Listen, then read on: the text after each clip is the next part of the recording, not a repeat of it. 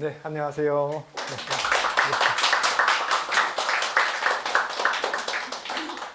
제가 독일 유학하면서 원래 라너에 대해서 박사 논문을 쓰질 않았어요. 그 박사 논문은 종교 간의 대화를 주제로 해서 썼는데, 귀국해서 종교 간의 대화에 대해서 교과목을 가르칠 기회가 한 번도 없었어요. 지금 2003년도에 가르치기 시작해가지고 퇴직하는 오늘날까지 단 한 번도 이 종교 간의 대화에 대해서는 가르쳐 본 적이 없고, 그 선배님들이 이제 저에게 이제 약간 흉 좀 보자면 자기들이 가르치기 싫고 귀찮고 어렵고 그런 것들만 저한테 잔뜩 줘가지고 이제 여태까지 이제 그런 것만 가르치다가 최근 한 10여 년 전부터 너무 교과서 위주의 그 신학만 가르치는 것이 아니라, 그러니까 서품을 위주로 해서 그 교과서 위주의 이제 신학을 가르치는 것뿐만이 아니라 현대 세계의 그 위대한 신학자들을 좀 소개 좀 해야 되겠다는 생각에 이제 제가 라노하고 발타살 그다음에 로너간을 이제 공부하기 시작해서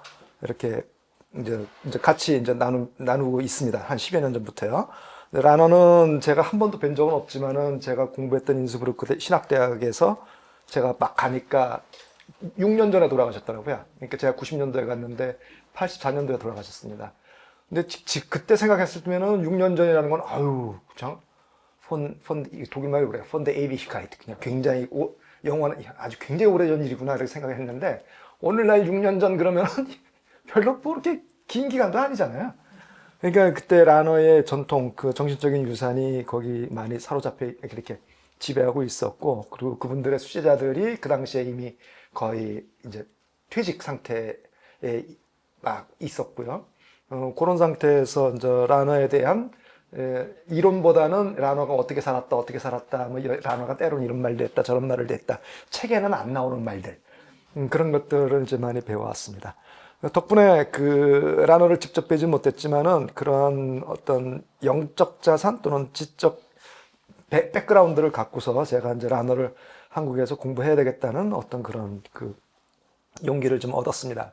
선험 초월적 방법이라는 것은 이제 나중에 이제 말씀을 드리겠지만은 이건 대한민국에서 유일하게 저만 사용하는 언어입니다. 그러니까 이제 이거는 학계에서 용인된 어떤 전문 용어는 아니고 저만 사용하는 전문 용어입니다. 그래서 이제 현재적 의미와 미래적 전망이라는 것은 이렇게 그냥 좀 보기 좋게 이렇게 쓴 거고요. 사실은 칼 라너의 선험 초월적 방법이라는 것을 이제 알려드리려고 하는 겁니다. 그 밑에 제 이름 왼쪽 앞에 막 가달이라고 썼는데, 저보고 사람들이 까칠하다 그러고 막 까탈스럽다고 그래가지고, 그래서 그걸 한문으로 하다 보니까 가칠, 십자가, 가상칠언, 가칠, 그 다음에 그 두 개를 써요, 제가. 그래서 가달, 까탈하다, 까탈스럽다. 그래서 이제, 십자가에 가까이. 십자가에 도달하는 거. 그렇게 이제 사용하고 있습니다. 오늘 우리가 함께 생각해 보려는 사람은 칼 라너라고 하는 신학자입니다. 그런데 그의 이름과 그의 사상으로 곧장 들어가기 전에 먼저 한 가지 물음을 여러분과 나누고 싶습니다. 여러분, 하느님을 어떻게 아세요? 쉬운 물음 같지만은 그렇지 않죠. 막상 입을 열려고 하면 그렇지가 않습니다. 우리는 주일마다 미사에 나오고 기도를 바치고 성경을 읽습니다. 하느님을 믿는다고 분명히 고백합니다. 그런데 누군가 곁에서 당신이 믿는 그 하느님 정말 알 수 있느냐? 그것을 어떻게 아느냐? 라고 물으면 우리는 잠시 말문이 막힙니다. 사실 이 물음은 오늘날 점점 더 심각해지고 무겁습니다. 우리가 사는 시대는 눈에 보이는 것, 증명할 수 있는 것, 손에 잡히는 것만을 신뢰합니다. 그런 세상에서 신앙은 어느새 사적인 영역으로 마음속 깊은 곳에만 간직하는 개인의 취향처럼 밀려나기 쉽습니다. 믿는 건 자유이지만 그건 어디까지나 너 개인의 일이다 라는 분위기 속에서 신앙인은 종종 자기 신앙을 떳떳이 설명할 언어를 잃어버리고 맙니다. 굉장히 좀 지적이고도 아주 굉장히 이렇게 어떤 영적으로 깊게 생겼죠. 근데 크기는 김용혜 신부님만 하고요. 머리는 한 한 20, 30%더 커요. 김용혜 신부님보다. 예. 아이스크림을 굉장히 좋아했습니다. 아이스크림. 그래서 웃긴 인스브루크에서 제가 들었던 말. 아, 평소에 시간이 없어요. 신부님 시간 있어요? 그럼 시간 없어. 시간 좀 내주세요. 시간 없어. 신부님 아이스크림 먹으러 갈래요? 그럼 언제? 지금? 아이스크림을 이렇게 좋아해가지고. 그게 저희들 한 달 생활비를 받지 않습니까? 그런 생활비의 일부를 아이스크림 사러 드시러 가시는데, 이렇게 라너가 이제 혼자 아이스크림 먹으면서 이렇게 이제 길거리 시내에 아케이드 같은데, 아케이드, 상가를 이렇게 지나가면서 이렇게 쪽쪽 이렇게 먹자. 그걸 혓바닥을 이렇게 핥아요. 그러면서 뭔가 이렇게 딱 뚜렷이 이제 뭘 구경하고 있더래. 어떤 학생들이 지나가면서 보니까 여성 옷들을 이렇게 구경하고 있더래. 그것도 속옷을. 예. 예. 자, 바로 이 무릎 앞에 정직하게 선 사람이 있었는데 그 분은 칼 라너입니다. 화려한 회심 체험을 자랑한 사람도 아니고요. 신비로운 환시를 본 사람도 아닙니다. 오히려 그는 누구보다도 진지하게 따지고 묻는 사람이었습니다. 그는 평생 이렇게 물었습니다. 이성의 시대를 살아가는 현대인이 어떻게 하느님 앞에 설 수 있는가? 어떻게 하느님을 말할 수 있는가? 그가 찾아낸 길은 좀 뜻밖의 것이었습니다. 그는 하늘을 먼저 올려다보지 않았습니다. 그는 우리 자신, 바로 묻고 있는 인간에게서 출발을 했습니다. 끊임없이 묻고 만족하지 못하고 자기 한계를 넘어서려는 우리 마음의 그 움직임 안에 이미 하느님을 향한 길이 열려 있다고 본 것입니다. 오늘 1시간 동안 우리는 라너가 어떻게 그 길을 걸었는지, 그리고 그 길이 오늘 우리에게 무엇을 말해주는지를 함께 따라가 보고자 합니다. 조금 낯선 말도 나오겠지만 하나씩 풀어가겠습니다.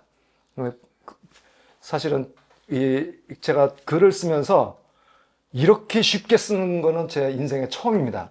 그러니까 차라리 논문을 한 10편을 쓰는 게 이제 내용은 이렇게 쉽게 썼지만 논문 10개 쓰는 게 훨씬 더 쉬웠을 거라고 생각할 정도로 아주 알아듣게 쓴다는 것 자체가 정말 어려웠더라고요. 라너 자신이 그렇게 어려운 말씀을 썼기 때문에 그래요. 그렇지만 아무튼 그 전문 용어를 가능하면 배제한 상태에서 우리 생활 용어로 이제 치환해서 바꿔서 이렇게 말씀을 드리고자 합니다.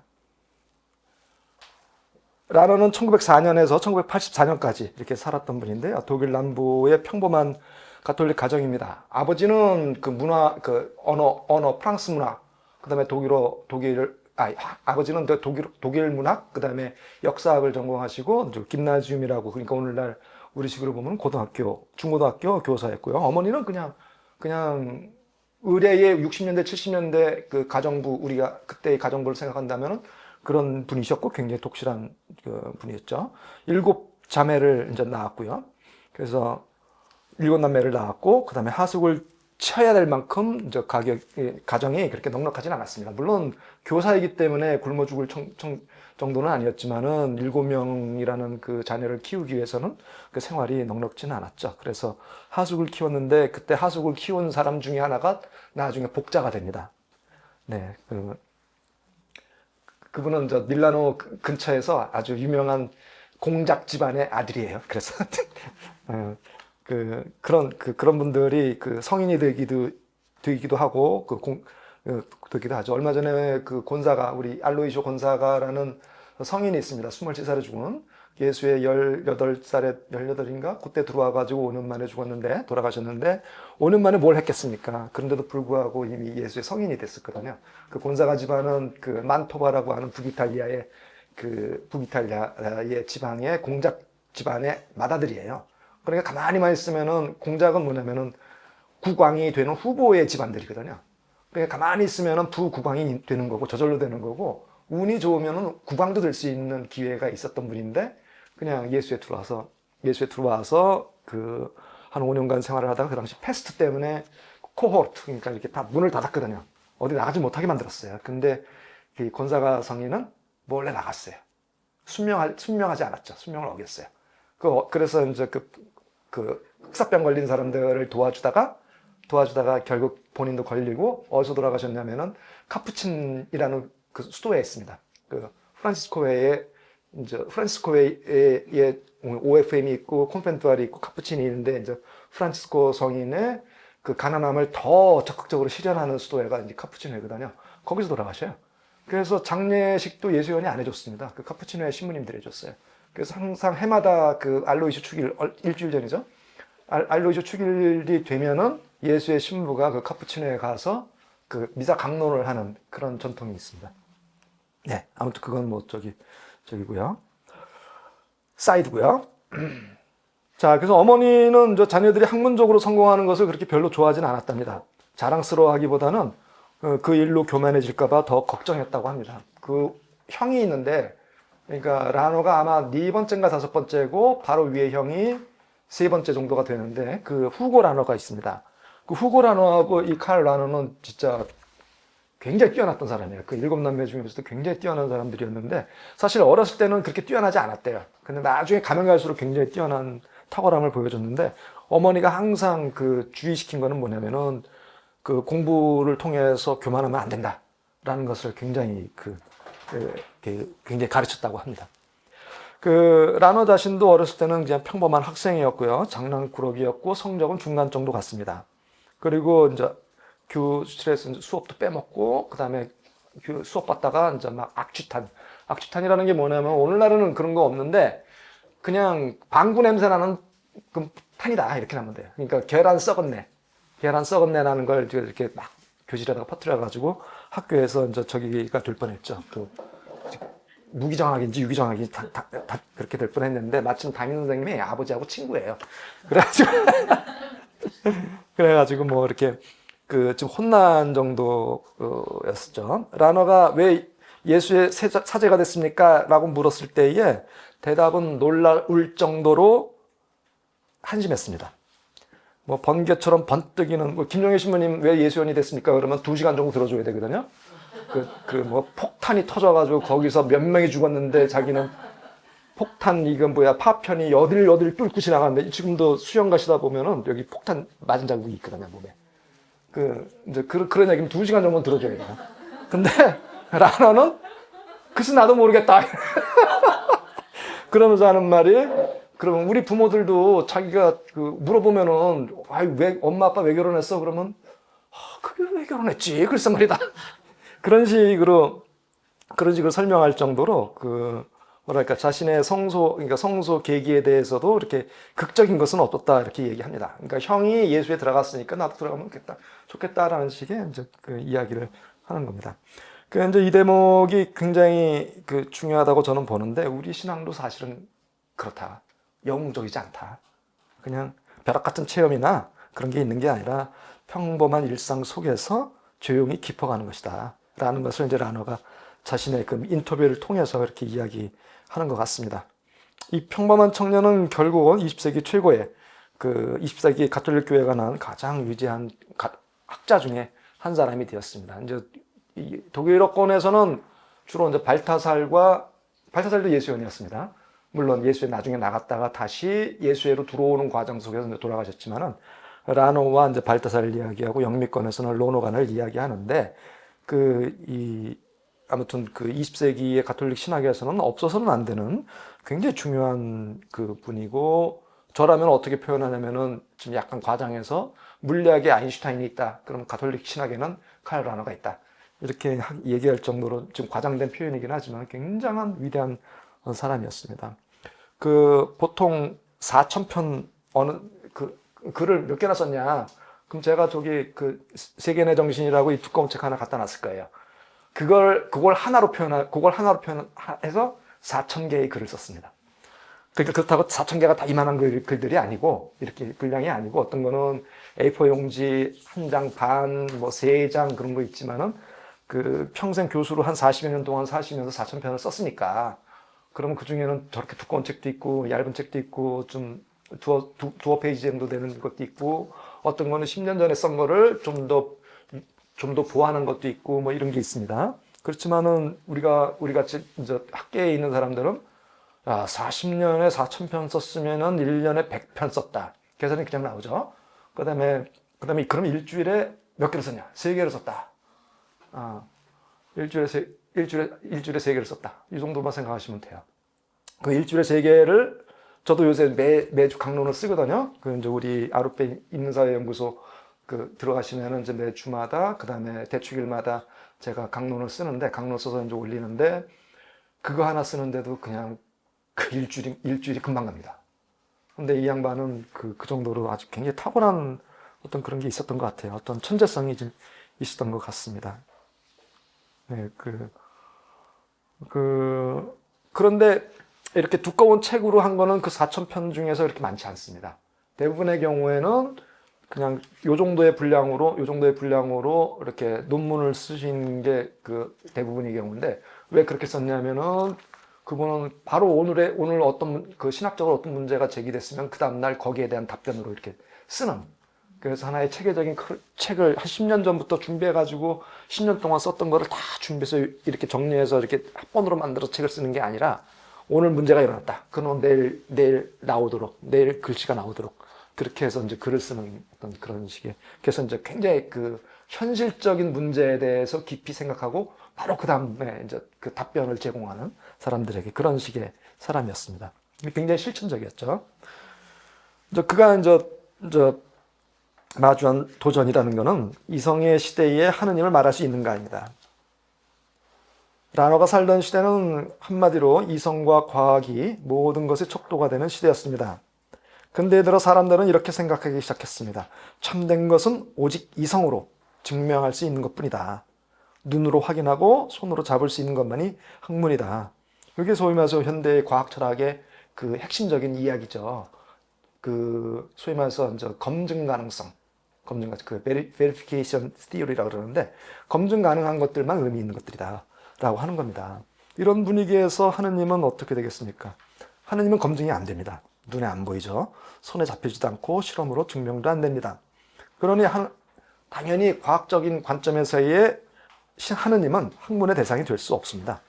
신앙은 그저 개인의 사적인 감정일 뿐이다 라는 것들이 그 당시 라너가 있었던 그 당시 이제 공부하고 뭐 20년대 30년대 공부했을 때의 아주 팽배한 사고방식이었다라고 보면 됩니다.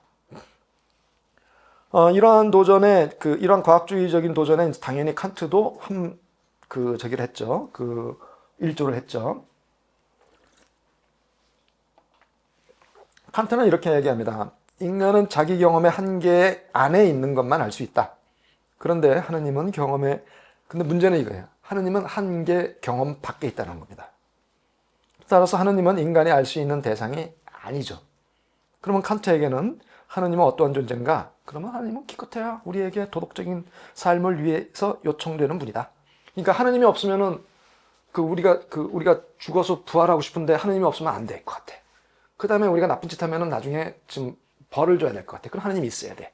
그 세계가 존재하려면은 우리가 그런 하느님이 일종의 도덕적인 어떤 기준으로서 이렇게 작동을 해야 되니까 하느님이 있는지 없는지는 모르지만은 적어도 우리가 이성적으로 생각할 때는 하느님이 좀 필요하긴 해.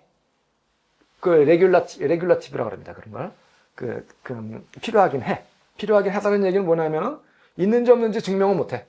그렇지만은 없으면은 안 될 것 같아. 있다고도 증명은 못 해. 그러나 그냥 있다고 치자라는 것입니다. 네.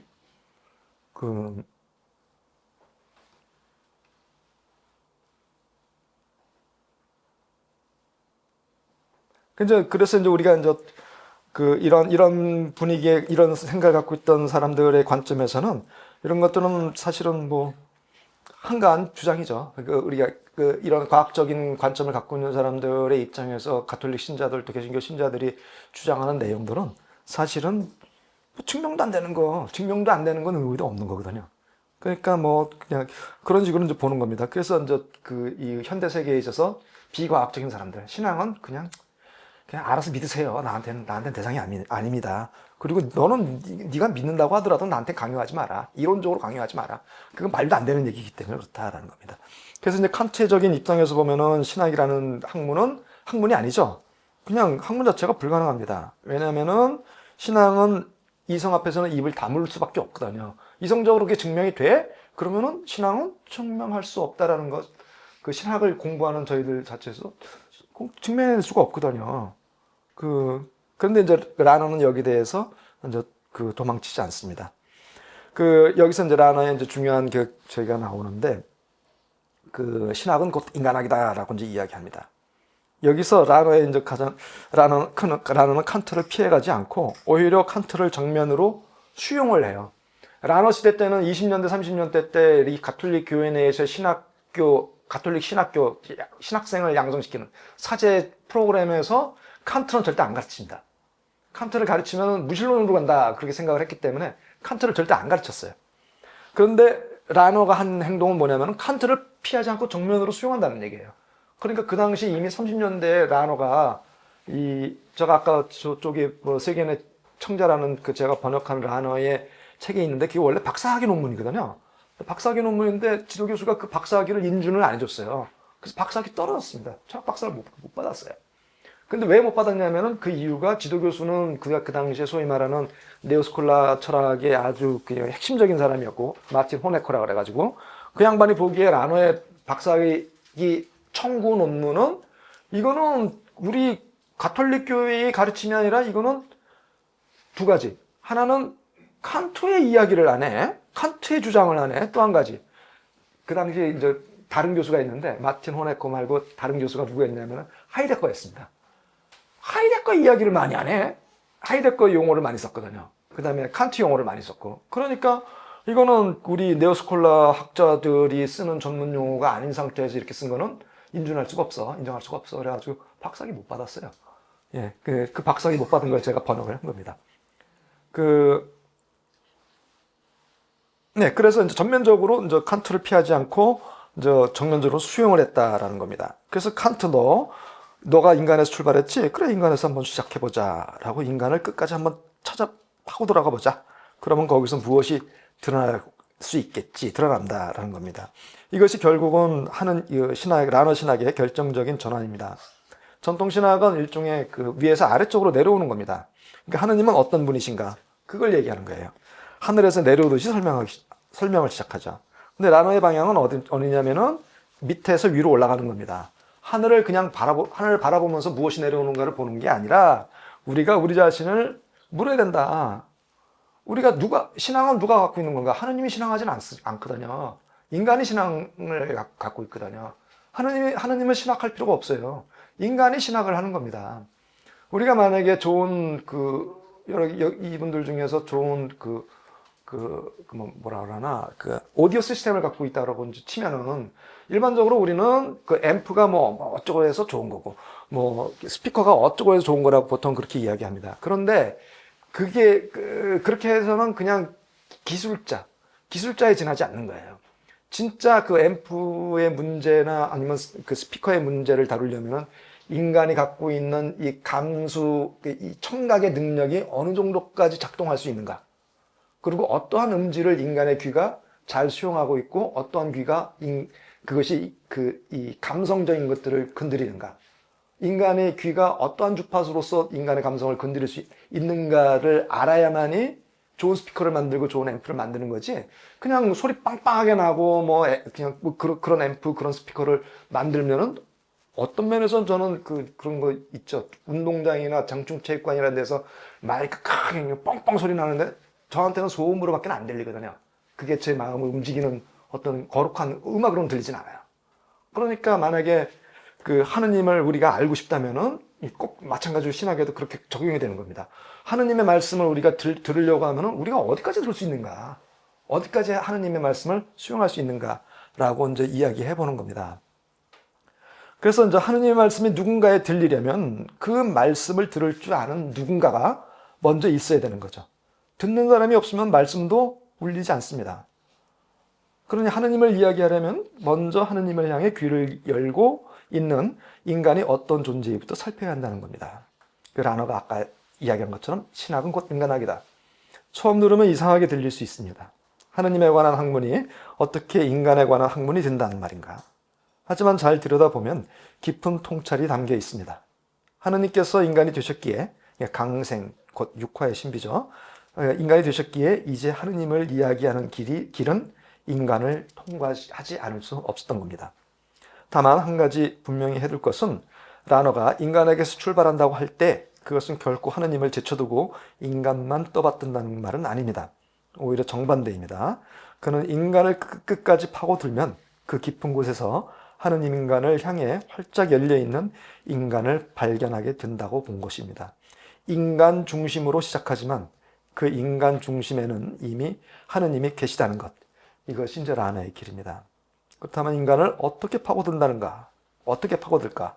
그 구체적인 방법이 다음에 있는데 선엄 초월적 방법입니다. 그 이름은 거창하지만은 사실 우리가 매일 겪고 있는 아주 친숙한 경험입니다. 그것이 무엇인지를 함께 이제 풀어가도록 하겠습니다. 자, 선엄 초월적 방법이란 무엇인가? 우리가 이제 솔직하게 이제 인정해야 되는데 선엄 초월적 방법이라는 단어는 좀 어렵습니다. 이거 제가 선엄이라는 단어도 원래 전문가들이 쓰는 단어고요. 초월적 방법이라는 단어도 원래 전문가들이 쓰는 방법이긴 한데 선엄과 초월을 한데 붙여가지고 선엄 초월적 방법이라고 한 거는 제가 이제 억지로 만들어낸 그 조합해서 만들어낸 말이고 김용희 신부님이 오늘인가 어저께인가 이걸 한번 보시더니만 그래도 이거 굉장히 좋은 편이다 이렇게 세상 김용희 신부님이 저한테 긍정적으로 얘기하면 딱 하면 처음에 예. 자, 먼저 방법이란 말을 한번 얘기해 보죠. 방법이라는 것은 뭐 접근하는 방식입니다. 무언가에 다가가는 길, 접근하는 방식입니다. 그러니까 문제는 뭐냐면은 이제 그 선엄초월적으로 라너가 접근하는 방식이다, 길이다 이렇게 이제 보시면 되는데 그 선엄초월적이라는 뜻은 무엇인가 이렇게 한번 보시죠. 선엄적이란 말은 선험, 험이라는 게 경험할 때 험이거든요. 선이라는 건 뭐냐면 경험 이전의 경험 이전에 어떠한 것이라고 얘기하는 겁니다. 그래서 그 경험을 하기 전에 우리 안에 갖춰져 있는 무언가를 가르쳐 줍니다. 예를 들어보죠. 우리가 무언가를 보려면은 먼저 눈이 있어야 됩니다. 눈은 우리가 무엇을 보기 전에 이미 갖춰져 있는 조건입니다. 눈 없이 아무것도 못 봐요. 그러니까 이렇게 경험이 가능하도록 미리 갖춰져 있는 조건. 그것이 선엄 그런 것입니다. 근데 초월적이라는 건 뭐냐면은 눈앞의 것을 또는 경험하는 것, 우리의 경험 영역을 벗어난다는 뜻이에요. 그러니까 이 초월적이다라고 얘기할 때는 눈앞에 있는 것을 머물지 않고 경험적인 대상으로 머물지 않고 그것을 넘어서 뭔가를 지향하는 겁니다. 뭔가를 지향해. 더 이상이 뭐가 이런 식의. 그거 갖고는 더 이상의 뭔가가 있는데 라고 이제 이야기를 하는 거죠. 그러니까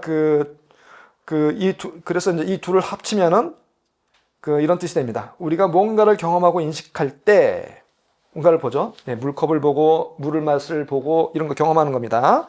그 경험을 가능하게 하는 우리 안에 미리 갖추어진 깊은 조건이 무엇인가를 캐묻는 겁니다.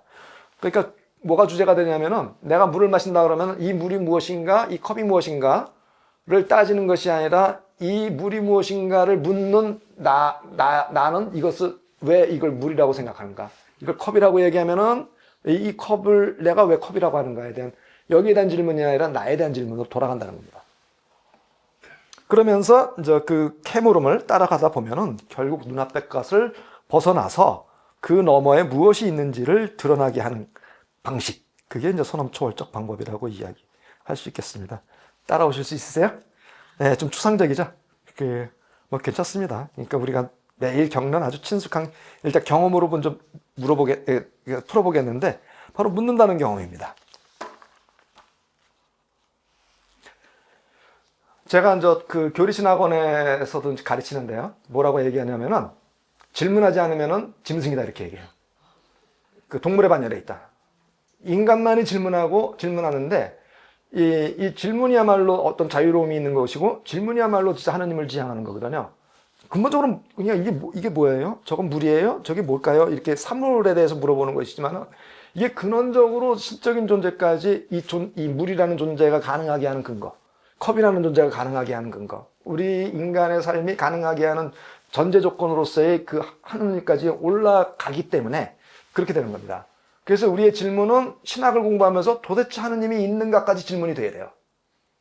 우리가 신앙인이지만은 도대체 하느님은 있는가? 라는 질문이 연결이 안 돼 있으면은 그건 신학을 못 하는 겁니다. 그리고 신학교 내에서, 그 전통적인 신학교 내에서 그 질문을 못 하게 했어요. 그러면 굉장히 비인간적으로 흐르기 수밖에 없습니다. 너 신앙 없구나. 아니, 하느님을 어떻게 증명해내요? 그러면은 이 교수가 김영애 신학생한테 너 그럼 너 나가야겠는데? 너 신부 못 돼. 이렇게 되는 거예요. 그러면 이 세상에서 질문이 궁극적으로 그 질문이 제한된 조건으로만 질문을 형성할 수 있는, 질문을 할 수 있는 곳과 그렇지 않은 곳이 있어요. 그러니까 보통은 제가 그렇지 않은 곳이 진짜 그 인간성을 찾을 수 있는 곳인데, 제한적으로만 질문할 수 있는 곳. 그런 데가 어디냐? 저 북한이에요. 이렇게는 못 물어봅니다. 왜 니네들이 3대째 해먹고서 4대를 또 해먹어야 돼? 이렇게는 못 물어봐요. 히틀러. 왜 못 물어봐? 왜 유대인을 그렇게 잡아가지고 막 그렇게, 이렇게는 못 물어보는 거예요. 스탈린? 못 물어봐요, 그렇게. 그 다음에 모택동? 그렇게 못 물어봅니다. 그러니까 그런 식의 질문이 제한이 되어 있는. 그래서 질문은 이 분야에서만 해. 이렇게 제한적으로만 해. 라고 강요되는 사회는 비인간적 사회입니다. 어느 곳이든지 그래요. 제가 다른 건 몰라도 대한민국 내에서 그 정치 상황에서 벌어졌을 때 그 질문이 허락이 안 되잖아요. 박정희 보고 왜 당신이 왜 유신 그거 해야 돼? 윤석열 보고 왜 너 계엄해야 돼? 한 명도 못 물어봤잖아. 그 안에서는. 왜 계엄을 해야 돼요? 그렇게 한 명도 못 물어봤거든. 비인간적 사회예요. 그게. 그래서 그런 식의 어떤 정권은 무너져야 되는 정권입니다. 그러니까 누구든지가 나와가지고 이재명이 너가 뭔데? 라고 이야기할 수 있는 이 사회가 되어 있다면은 그거는 괜찮은 사회예요. 근데 그게 안 되는 사회는 비인간적 사회이고 그 사회는 없어져야 되는 사회예요. 그게 이제 이 질문이 굉장히 중요한 겁니다. 그래서 이제 끝까지 이제 이게 어디까지 가는가? 정치적인 관점에서는 정권에 관한 질문이지만은 우리의 삶의 문제가 관계되어 있으면은 그것은 근본적으로는 신적인 존재까지 그러니까 열려 있어야 된다. 그쪽으로 향해 있어야 된다라는 겁니다. 그 신적인 존재가 우리는 신이라고 이야기하지만은 전문적으로 이야기하면은 무한자, 무한한 것, 전체적인 것 그런 데에 이제 우리가 질문이 열려 있다라는 겁니다.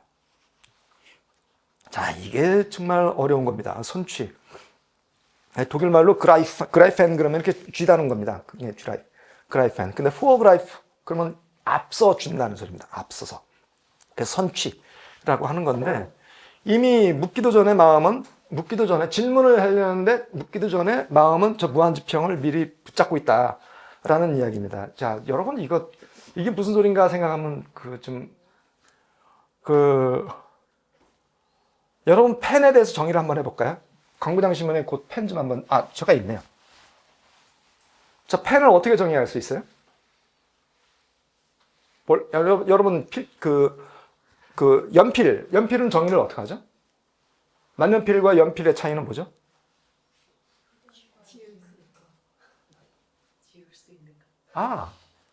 재미난, 제가 요청한 건 아니지만은 아주 처음으로 그런 답변을 들어봐요. 처음으로 그런 답변 들어. 아주 탁월했어요. 자, 보통 우리 아리스토텔레스가 뭐라고 얘기하냐면 무엇인가를 이해한다는 이야기는 그 사물에 대한 정의를 내릴 수 있다는 얘기입니다. 그러면 이 사물에 대한 정의를 내릴 수 있는데 그거는 학자들은 당연히 어떻게 언어로서 이렇게 정의를 내리겠죠. 그런데 우리는 그렇지는 않지만은 그럼에도 불구하고 암묵적으로 그런 정의를 내리고 있는 거예요. 연필 그러면은 종차와 그거보다 범주라 그래요. 그러니까 종차와 류라 그래요. 종차와 류. 이게 무슨 말인가? 연필도 그렇고 만년필도 그렇고 사인펜도 그렇고 그 백목도 그렇고 붓도 그렇고 모든 것들은 다 필기류에 들어가 있습니다. 그걸 류라 그래요. 아까도 얘기한 것처럼 류라 그래. 그 안에 필기류 안에 여러 가지 볼펜, 만년필, 백목, 흙목 온갖 것이 다 들어가 있어요. 그러면 연필하고 볼펜하고의 차이는 뭘까요? 필기류에서는 공통점이지만은 흑연이냐 유성 잉크냐 그 차이예요. 그 차이. 흑연이냐 그럼 그 종차라고 그러죠. 근데 우리는 보통 어떤 사물에 대해서 물어볼 때에 이 더 넓은 류를 미리 개념적으로 알고 있기 때문에 물어보지는 않아요. 알고 있기 때문에 물어보지는 않는데 우리가 경험하는 거는 다 구체적인 것들이거든요.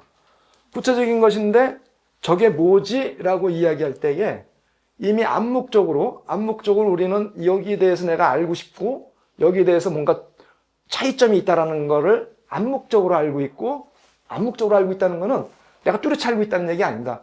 저게 이거하고 저하고 뭔가 차이가 있으니까 뭔지를 알고 싶어 하는 거거든요. 차이를 인정하는 것이고, 그 다음 차이를 인정한다는 것은 이거보다도 더 보편적인 무엇인가가 있다는 거 얘기하는 거예요. 이해가 됐을까요? 그러니까 내가 물어보기 이전에 뭔가 이 개별적인 이 볼펜이라는 것을 물어보기 이전에 이미 이것이 그 어떠한 다른 것과 무슨 차이가 있는지, 이것을 포함한 더 보편적인 것이 있는지에 대한 암묵적인 동의가 있기 때문에 질문은 가능하다는 겁니다.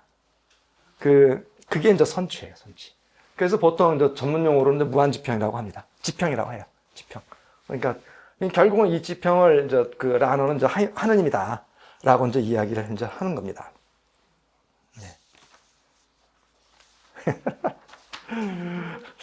우리는 항상 생활 용어에서만, 생활 언어에서만 살아왔기 때문에 이렇게 갑자기 이야기를 하면은 머리가 지끈지끈거린다는 거죠. 그리고 이것이 이 펜이 저거와 다르다는 얘기는 한계를 둔다는 거거든. 차이점을 둔다는 얘기는 한계를 이야기하는, 설정하는 겁니다. 그러면은 이제 한계를 설정해요. 이 필기류 중에서 붓 다르고, 펜 다르고, 연필 다르고, 만년필 다르고 막 한계를 설정해. 그러다가 더 나가면은 필기류하고 또 다른 거하고 또 한계를 설정한다고. 그 다음에 우리 짐승으로 얘기하면은 영장류와 포유류와 조류와 이런 식으로 쫙만 올라가. 그러면 점점 보편적인, 더 보편적인 거, 그 다음에 결국 생물, 그 다음에 지구, 무생물, 그러다가 우주, 그래서 우주밖에 이렇게 얘기하잖아. 제가 어렸을 때 이런 개념 없지도 우주밖에는 뭐가 있지? 이렇게 물어본단 말이야. 그런 얘기는 뭐냐면은 항상 무한지평으로 열려있다는 거고, 열려있다는 얘기는 한계를 암묵적으로 인정한다는 이야기하고 같은 거거든요. 네. 그래서 이 칸트는 어떻게 이야기하냐면은 우리는 이 벽 안에 있는 것밖에 몰라. 창문이 있다고 하더라도 그 창문밖에 뭐가 있는데 그 벽에 의해서 또 막혀 있으면은 우리는 그 밖에 있는 거 알 수가 없어. 라고 얘기해요. 칸트적이라면. 근데 라노라면 뭐라고 얘기하냐면은 우리 당연히 그건 인정. 근데 창밖에 벽이 있다고 해서 알 수 있는 건 아니지만은 뭔가가 있다는 거는 있잖아. 알 수는 없다라고는 이야기할 수 있지만은 뭔가가 있다는 거는 이야기할 수 있잖아. 그 얘기를 이제 말하는 거예요. 그러면 이제 그것을 계속 더 넓혀 가면은 이제 무한적인 존재를 향해 가는 것이고, 그것은 자기가 처해 있는 이 담벼락에 갇혀 있는 나의 한계 상황을 항상 인간은 암묵적으로 벗어나서 무한 쪽으로 향해 간다라는 것을 이제 이렇게 보고 있는 겁니다. 이 의문이 한 가지 들을 수가 있습니다. 그러면은 지금 이게 얘기한 게 이제 이런 겁니다. 그래서 이제 창문으로는 바닥밖에 안 보인다. 그 넘어 산은 볼 수 없다. 그러면 더 이상 우리가 알 수 없다. 이렇게 이야기하는데, 이제 라너는 이제 창문이 있다는 사실을, 그러면 밖을 향해서 우리가 이제 인식의 방향이 밖을 향해서 뭔가가 있고, 그 뭔가가 뭔지는 모르지만 그럼에도 불구하고 그 무엇인가가 있다라는 것만큼은 부정할 수 없다. 라고 이제 이야기를 이제 하려고, 라너는 그렇게 이제 이야기하고자 합니다. 자, 그러면 그 방법이 도달하는 곳이 어딘가? 예. 결국 제가 이제 다스 하일리게 게하임니스라고 이제 이렇게 이야기를 했는데, 제 표현은 아니고 이제 라너의 표현입니다. 모든 물음의 끝은 결국은 무한지평입니다. 근데 무한지평이라는 것은 뭐냐면 지평이에요. 여러분 그 바다에 수평선 보셨죠? 수평선은 지평선도 마찬가지고 수평선도 그렇고 마찬가지고, 가면 갈수록 그 수평선에 도달하지는 못합니다. 재미나게도 지평선에 도달하고 싶어서 그 지평선을 향해 가면은 지평선에 도달하지는 못해요. 근데 재미나게도 내가 지평선에서 잠깐만 뒤로 가잖아요. 그럼 지평선이 또 나를 따라와. 재미나게도 그래요. 그래서 이제 결국은 뭐냐면은 그 지평 밖에 무엇이 있는지는 아무도 몰라요. 결국은 내가 그 지평, 그것까지 간다고 한들 또 새로운 지평이 열리고 그래서 그 지평이 있는 그건 무엇인지는 아무것도 우리가 알 수는 없습니다. 그래서 이제 결코 손에 잡히지 않는 분이지만은 결국 우리의 존재라는 것은 그러한 어떤 무한 지평 안에 있다라고 이제 이야기할 수가 있겠어요. 자, 근데 라노는 철학적으로 얘기하면은 무한 존재. 이 어떤, 그렇게 이제 이야기를 하는 거고, 라노는 이제 이걸 das heilige Geheimnis라고 하는 건데, 여러분들은 이제 퍼즐 같은 거 풀어보셨죠? 뭐, 1000개 퍼즐짜리, 2000개 퍼즐짜리, 3000개 퍼즐짜리. 이게 조각이 잘 안 맞을 때가 많거든요. 근데 그 퍼즐들은 언젠가는 몇 년이 걸리는 한이 있더라도 언젠가는 다 맞아떨어지는 조각들입니다.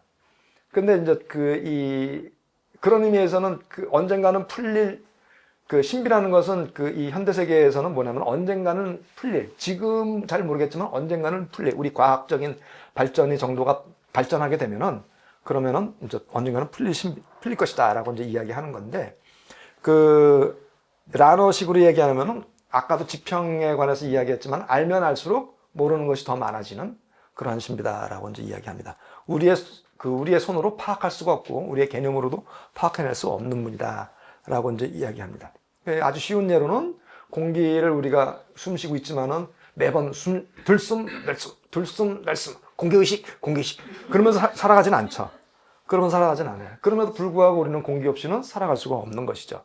그래서 이제 바로 우리가 공기를 다 파악해낼 수가 없어요. 다 장악해낼 수가 없어. 그러나 공기 없이는 우리는 못 살아.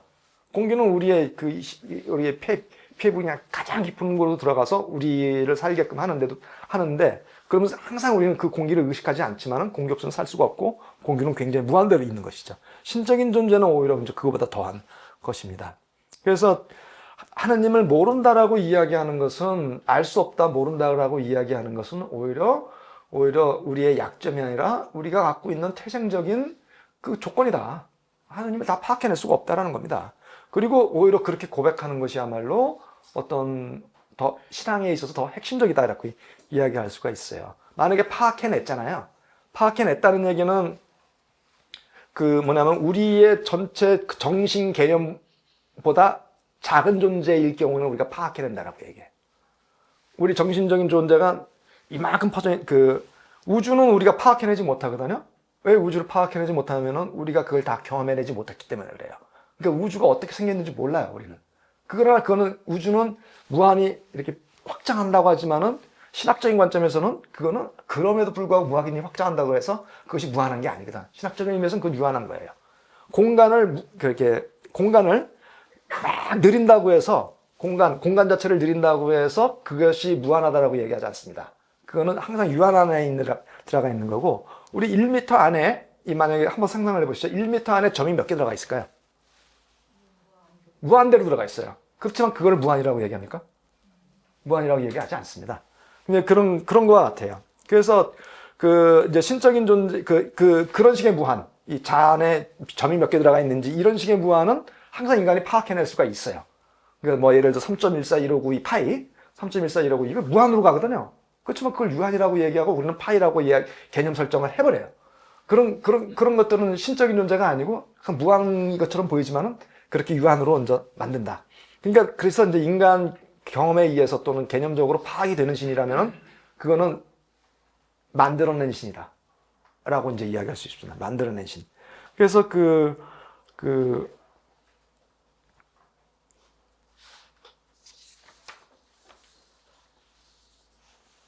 만들어낸 신이다. 이렇게 이야기를 하는데, 이제 신적인 존재는 엄밀한 의미에서 우리가 만든 게 아니라 우리가 그분에 의해서 이제 만들어지는 것이죠. 인간은 그래서 인간적인 관점에서 보면은 우리는 무한히 그분을 향해서 손을 뻗는데 그쪽으로만 그치지는 않는다는 이야기입니다. 왜냐하면은 그분은 무한히 말을 걸어 오신다라는 겁니다. 그리고 인간이라는 존재는 그분을 받아들일 수 있다는 존재이고, 오히려 받아들일 수 있다는 존재가 아니라 하나 더 가면은 이미 하느님께서 우리에게 오셨다라고 이제 이야기하는 겁니다. 인간 본성 깊은 곳에서 하느님을 향해 귀가 열려 있고 이미 그분은 우리 안에 이제 오셨다는 겁니다.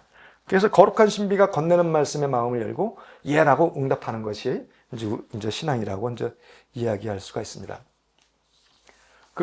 하느님은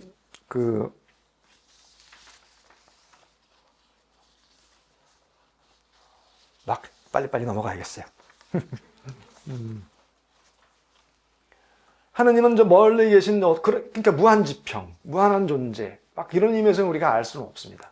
그런데 우리가 하느님을 이야기할 때 항상 초월적이라고 이야기하고, 초월적은 자꾸만 무한히 커지는 것만, 무한히 크신 분 것만 이야기하거든요. 근데 우리가 간과하는 게 있습니다. 하느님이 무한히 크신 거는 하느님이 무한히 작아질 수 있다는 겁니다. 그러니까 하느님은 무한히 커져가지고 저쪽 바깥 세상에만 있는 게 아니라, 우린 그렇게 생각하거든요. 손을 뻗으면 더 멀리 있는 거.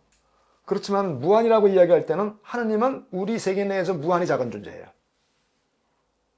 이 무한에서 벗어난 세계는 없습니다. 이 무한에서 벗어난 인간 존재는 없어요. 우리가 잡으려고 그러면 저쪽 멀리가 있는 하느님일 수도 있지만은, 우리가 알기도 전에 이미 우리 안에 들어와서 가장 작은 곳에 들어와서 우리와 함께 일치하신 분이다. 그러고 함께 이야기해야 되거든요. 그래서 이제 우리는 그런 하느님을 어떻게 이제 이해할 수 있을까라는 게 이제 문제가 되는 겁니다. 결국 하느님께서는 자기 자신을 열어 보이지 않으면은 우리는 그분이 누구신지 모르거든요.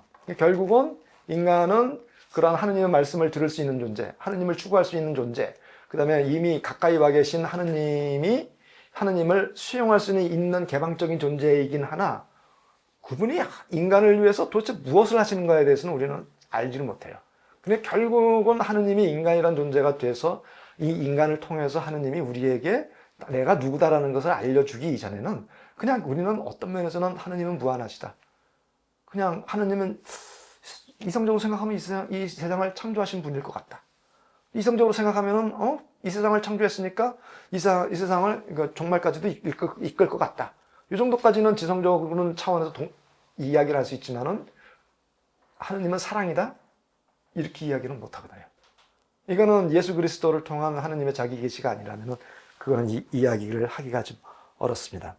그래서 이제 나자렛 사람 예수라는 한 인물을 이제 12제자들은 예수님이 살아계셨을 때는 어떤 면에서는 그 구약에서 이야기되어지는 위대한 예언자 중에 하나로는 12사도들도 그렇게 인정까지는 할 수 있었던 것 같아요.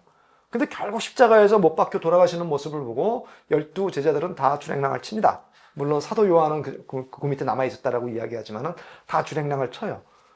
그리고 이제 주랭랑 치고 이제 엠마오 사건 같은 거 벌어질 때도 다 실망해서 자기가 원래 살던 곳으로 다 낙향하는 거죠. 우리는 그분이 굉장히 위대한 분인 줄 알았지만은 사실상 알고 보니까 별 그런 거 없었다. 근데 우리는 그래서 나 도망가는 중이다. 최근에 이런 얘기도 있다. 그분이 부활했다는 얘기도 있는데 왜 당신만 모르냐. 이런 식의 이야기는 하는 거죠. 그런 사건을 보더라도 예수님을 직접 본 사람들조차도 그분이 하느님의 아들이라는 것은 그 당시에는 십자가와 부활 사건의 그 사건 내에서는 예수님이 하느님의 아들이라고 직접 고백하기가 굉장히 어렵다라는 겁니다. 못하는 거죠.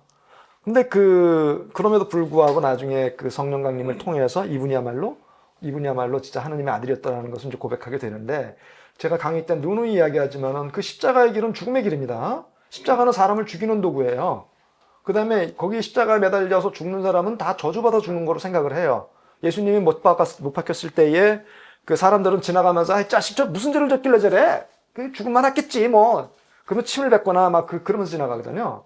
그래서 어디다가 매달냐면은 도로 한복판에 큰 도로에 문 근처에다가 그냥 군문 효수라고 우리나라에서는 그런 식으로 사람들이 다 지나가면서 저주와 조롱을 받도록 만들어서 받도록 하도록 이제 십자가를 그렇게 매달거든요. 근데 십자가는 예수님은 한 3시간 정도 버티다가 돌아가셨지만은 십자가는 웬만해서 안 죽습니다. 그게 더 고통스러운 거예요.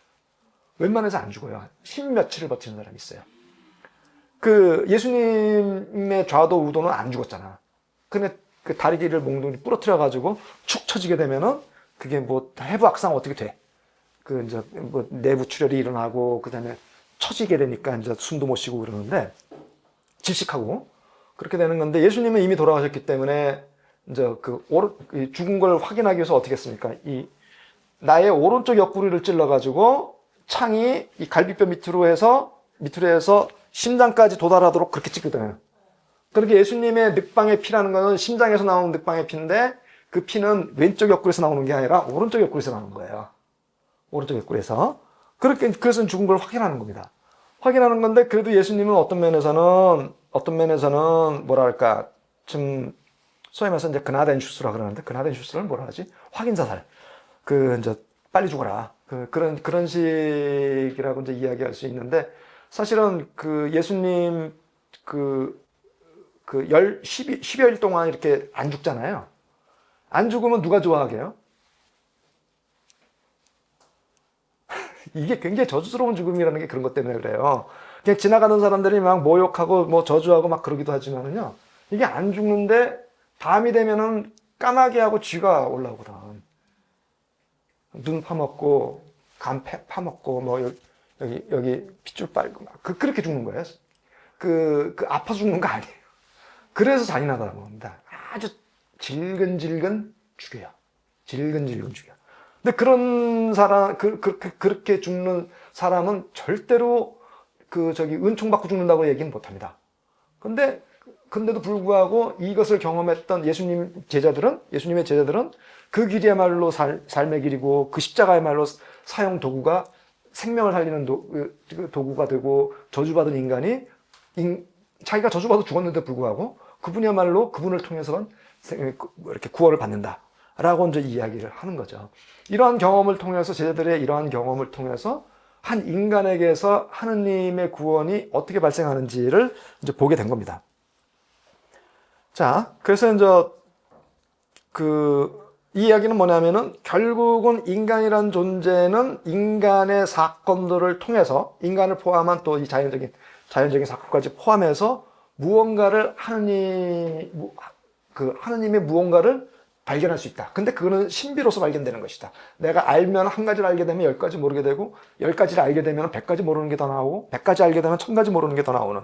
그럼에도 불구하고 더욱더 더 많이 알고 싶어 하고 아는 만큼 그만큼 일치하고 싶고 그런 작용을 해줘요. 예수 그리스도에 대한 예수 그리스도를 통한 하느님에 대한 알을 갖게 되면요.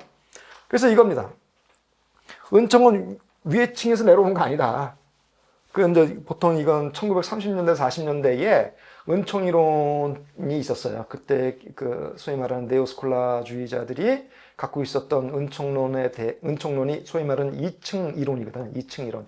인간 본성이 있고 은총은 신성에서 오는 것이기 때문에 인성과 신성은 분리가 돼야 된다라고 이제 생각하는 것입니다. 이게 전형적인 네오스콜라적인 관점에서의 주장인데 이 앙리 들리박이라고 하는 그 학자와 칼 라노는 잘못된 해설이다. 잘못된 해석이다. 이렇게 이야기를 합니다. 위층이 물과 기름처럼 섞여 있으면 안 돼요. 네오스콜라적인 입장에서 보면은. 물과 기름처럼 섞여 있으면 안 된다. 근데 이런 식의 이론은 뭐냐면은 결국은 어디까지 올라가냐면은 어디에 대한 잘못된 이해로 올라가냐면은 칼초동 공유회라고 있습니다. 칼초동 공유회에서 예수 그리스도의 이 위격안에 신성과 인성이 일치되어 있는데 그건 섞인 것도 아니고 분리되어 있는 것도 아니다라는 식의 아리송한 굉장히 이해하기 어려운 어떤 그런 선언이 있습니다.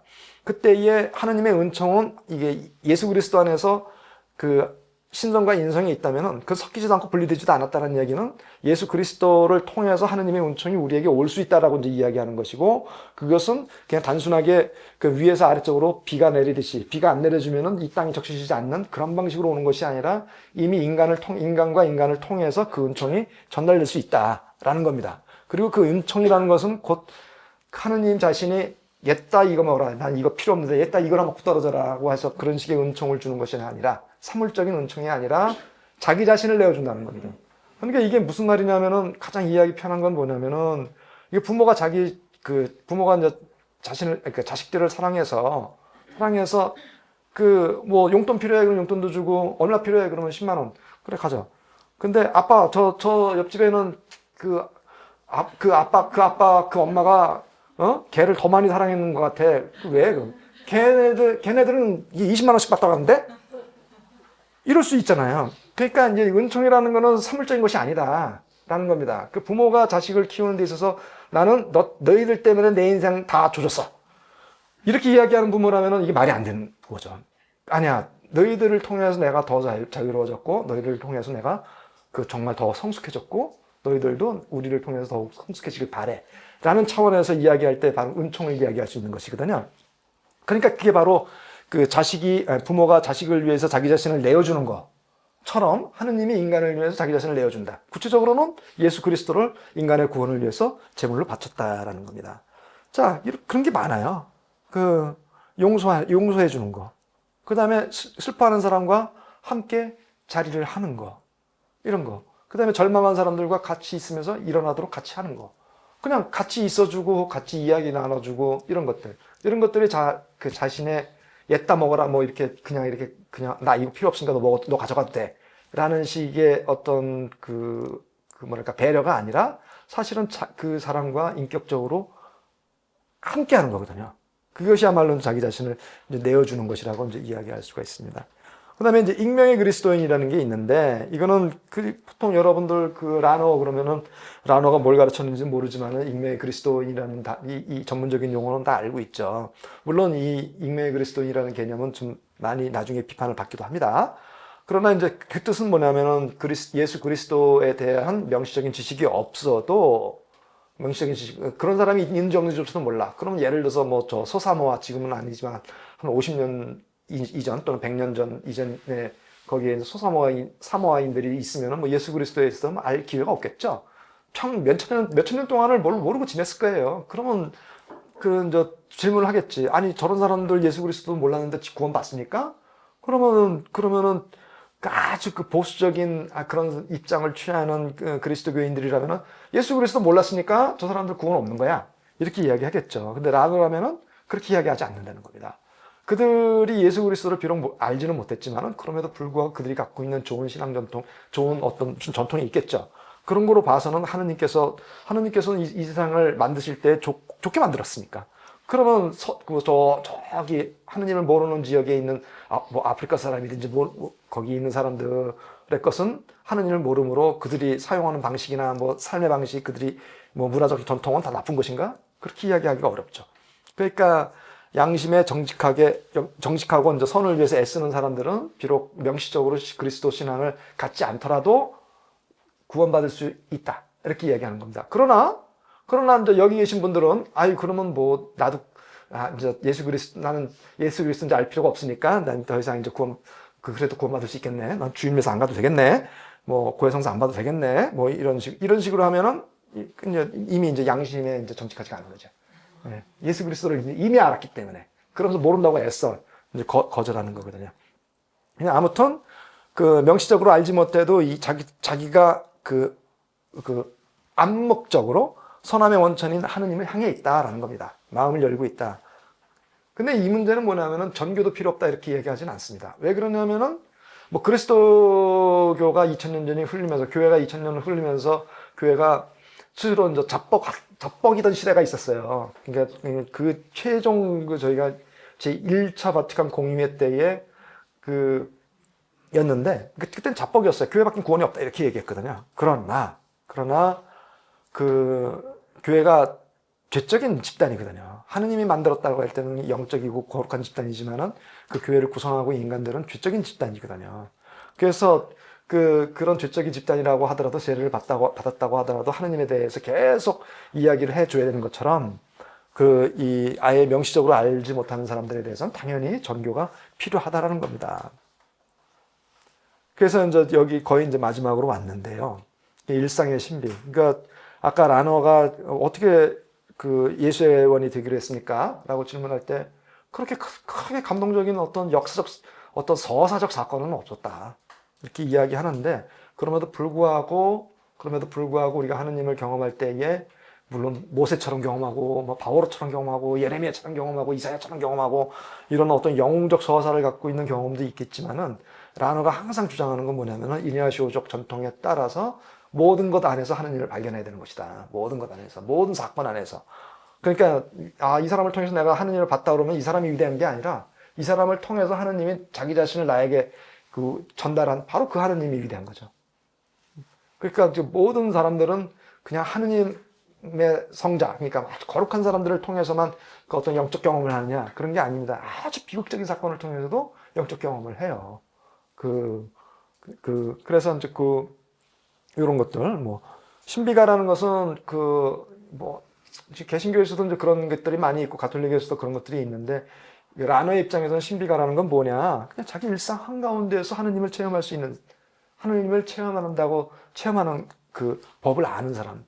그리고 이제 아까도 얘기한 것처럼 한 가지를 체득했는데, 더욱더 부족한 10가지를 발견하고 10가지 부족한 걸 체득했는데 또 그 더 많은 것들을 더 발견하고 그 더 이루어야 될 걸 그렇게 겸손하게 하느님을 체험하는 사람이야말로 이제 하는 일상의 신비, 즉 하느님을 일상 안에서 이제 신비 체험을 하는 사람들이다라고 이제 이야기합니다. 그래서 뭐 여러분 여기 계신 분들은 수녀원에 가거나 수도원에 가면은 우리 예수에는 지금 타락한 존재들이라서 좀 공동기도 별로 안 하지만은 그 이제 베네딕토 수도원이나 아니면은 뭐 그죠 수녀님들 가면은 공동기도 있어요. 그러면 평상시에 공동기도 안 하던 사람들도 거기 가면은 정말 하나님 존재하겠구나. 그럼 굉장히 영적으로 감흥이 되고 막 그런 것 있습니다.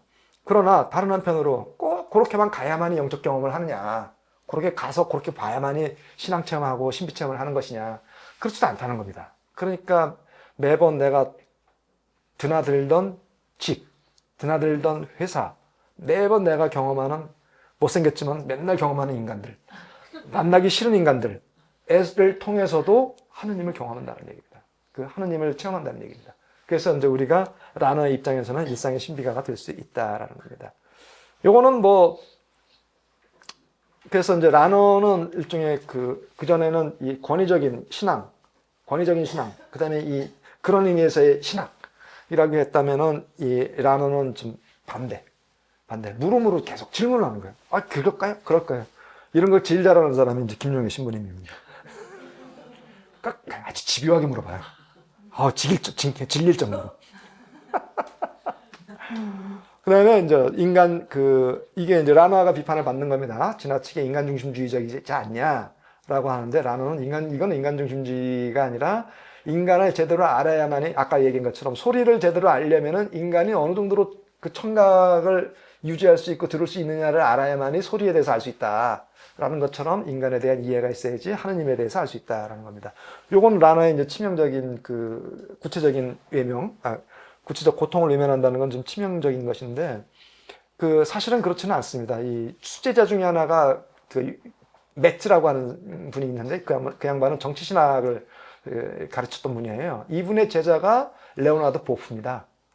그러니까 이 계율을 따지면은 오히려 칼 라너라는 사람이 하나의 플랫폼을 만들어 가지고 결국 정치신학과 남미의 소위 말하는 해방신학의 길을 아주 기초를 다져줬다고 생각하시면 돼요. 물론 라노는 해방신학자는 아닙니다. 라노는 정치신학자도 아니에요. 그렇지만 그런 플랫폼, 그런 기초를 이제 만들어줬다라고 이제 이야기해 줍니다. 그리고 이제 이거는 이 종말론에서도 이제 문제가 될 수 있는데 우리는 먼 훗날 우리가 종말하면 우리가 천당 가냐 지옥 가냐 이렇게 이야기하지만 라노는 아니 네가 지금 현실에 지금 이 순간에 여기서 지금 너는 구원을 받고 있는 중이야. 라고 이제 이야기를 하는 겁니다. 그게 여기서 시작됐다라고 하는 겁니다. 이게 여기서 그리고 지금이라는 소리입니다. 히켓눈쿠. 이거는 우리 가톨릭 신학자들 중에서는 현장성이 없다라고 이야기할 때 히켓눈쿠가 없다 이렇게 얘기합니다. 히켓눈쿠가 있는가? 현장성이 있느냐? 이제 그런 식으로 이제 이야기를 할 수가 있습니다. 그래서 이제 마지막으로 우리는 거룩한 신비를 향해 지향돼 있다. 결핍은 아니지만은 아무튼 채워지지 않는 갈망이 있다라는 겁니다. 그런 거 얘기할 수 있고요. 일상이라는 것을 한번 다른 눈으로 한번 봐라. 설거지하는 순간에, 아무튼 질문하는 순간에, 뭐 아무튼 그 어떤 체험이든 간에 우리는 예를 들어서 죽는 거는 우리는 벗어날 수 없어요. 근데도 불구하고 우리는 거룩하게 죽는 사람들을 봐요. 그럼 그 죽음은 인간의 마지막 워드, das letzte Wort라고 그러거든요. 죽음이라는 건 과연 인간이 거역할 수 없는 가장 마지막에 언급할 수밖에 없는 것이냐라고 얘기할 때 체험적으로는 죽었으니까 숨 더 이상 안 쉬니까 죽었다라고 이야기하지만은 그럼에도 불구하고 그 죽어가는 사람의 그 죽음을 보면서 우리는 저기서 새로운 삶이 있을 수 있겠구나. 그렇게 죽어가는 현실을 보면서도 그렇게 이야기를 하거든요. 그러니까 예수 그리스도의 죽음을 통해서 어떤 영생을 바라볼 수 있다는 그런 거 가능하다는 겁니다. 네. 그래서 이 거룩한 신비께서 늘 여러분과 함께 계십니다. 이제 제